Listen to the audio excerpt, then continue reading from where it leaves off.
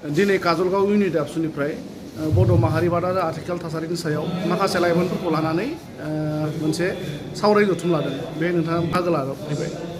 बेनि सायाव मा फोरमायगोन सार? काजलगाव दालाइ दुलाराय बर' फरायसा आफादनि बानजायनायावहाय दिनै काजलगावनि सिङाव थानाय फरायसाफोरखौ लानानै इयुथफोरखौ लानानै मोनसे सावरायनाय हाबाफारि बेवहाय बाहागो लानो मोननानै आं खोब गोजोननाय मोनदों आरो बेवहाय 300सो जोंनि इयुथफ्रा बाहागो लादों। खोब मोजां, बयबो बाहागो इन्टारेक्सन खालामदों। बेवहाय गासैबो बिथिङाव आथिखालनि थासारि, बर'नि बाथ्रा, जोंनि रांखान्थि, सोलोंथाइ बेनि सायाव गोबाङानो बाहागो लादों आरो सोंनाय फिन्नाय जादों। आरो बे थासारिखौ नुनानै आं खोब गोजोननाय मोनदों जे दानि जे इयुथ बेयो मोनसे भाइब्रेन्टलि बयनिबो सिन्थाया सोलिगासिनो दङ। गावनि हारिनि थाखाय, ओनसोलनि थाखाय, जौगानायनि थाखाय बोरै मोजां जानो हायो बिनि बागै सिन्थाफ्रा सोलिगासिनो दं होननानै आङो हमनो हादों। बेवहाय मोनसेल' खोथाखौ आं बुंनो लुबैदों जे दानि इयुथआ केरियारखौ लानानै खोब कनसार्न, गावनि थांनानै थानांगौनि बाथ्राखौ लानानै खोब कनसार्न आरो बेखौबो लानानै गोबां कुइसन खालामदों। बेवहाय जोंनि जि सुबिदा असुबिदा जि एडभान्टेजफोर दङ बेफोरनि सायाव बयबो सरसा खालामदों। बेवहाय आं गभर्नमेन्टनिफ्राय मा मा सुबिदा दङ बे बाथ्राखौ फोरमायनाय जादों आरो इन्डिभिजुवेलि एम्पावार्ड बोरै जों जानो हायो।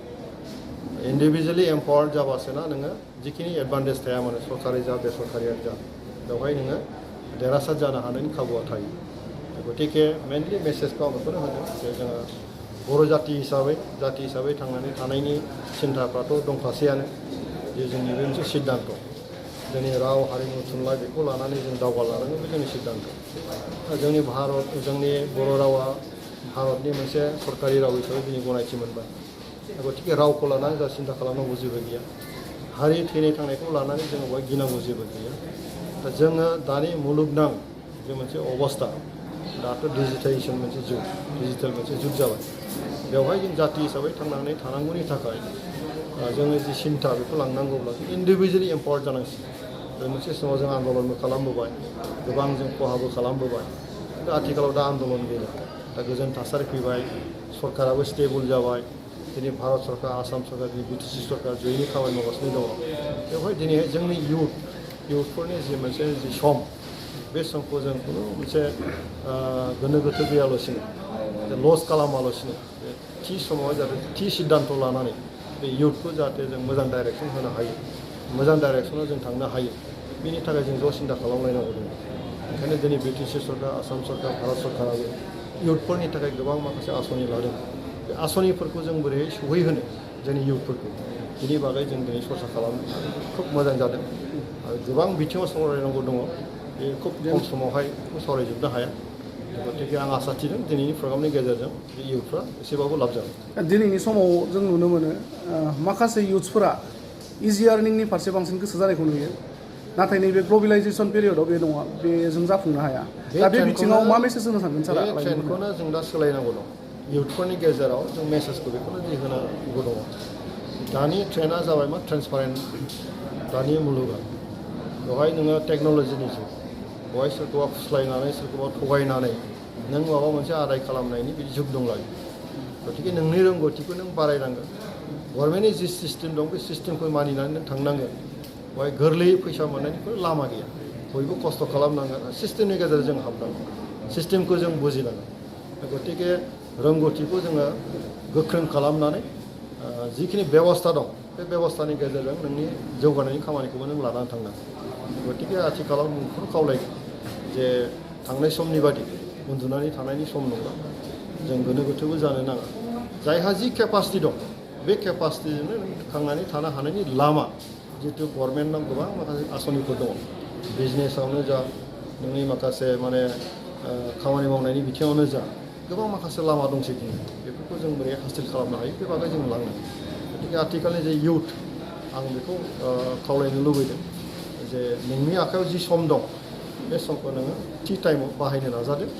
आरो मोनसे खोथाखौ बिसासाव ला जे माबा मोनसे घुस होनानै साख्रि मोननायनि जुग गैला। आरो दिनैहाय गावनि रोंगौथिनि गेजेरजों साख्रिखौ मोननो हायो, मोनगासिनोबो दङ। आरो गोबां गथ'आनो दिनै थांनानै थानायनि लामाखौबो दिनै खालामगासिनो दं। गतिके गावनि रोंगौथिखौ जों बाराय आरो बिनि गेजेरजों गावखौनो गायसननो नाजा। गोजोन्थों सार।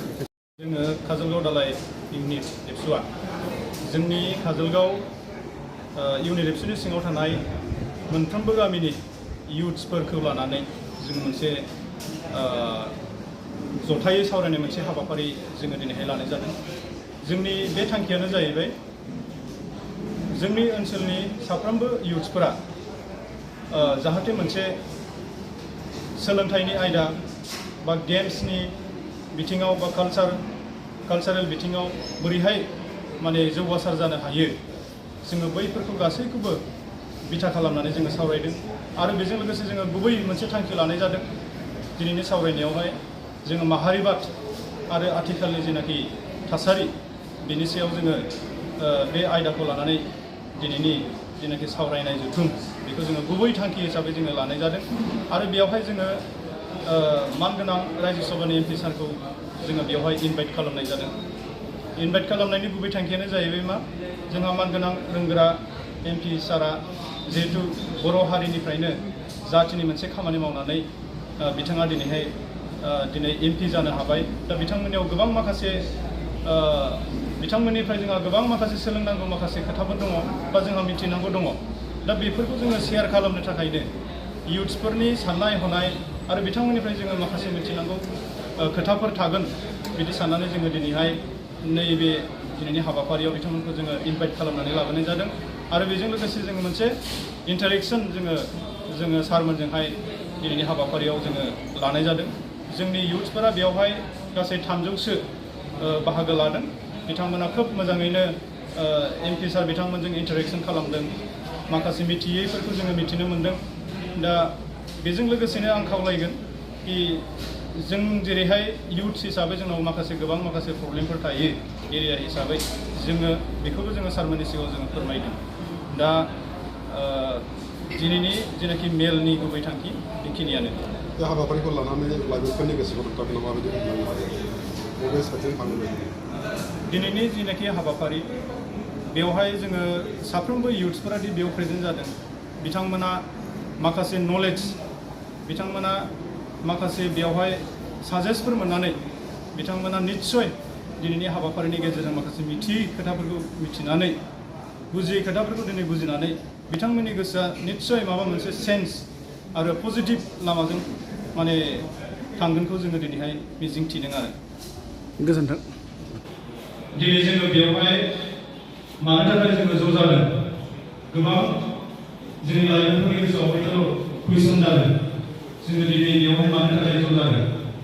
दा बेवहाय बेबायदि गोबांथार थांखि गैया।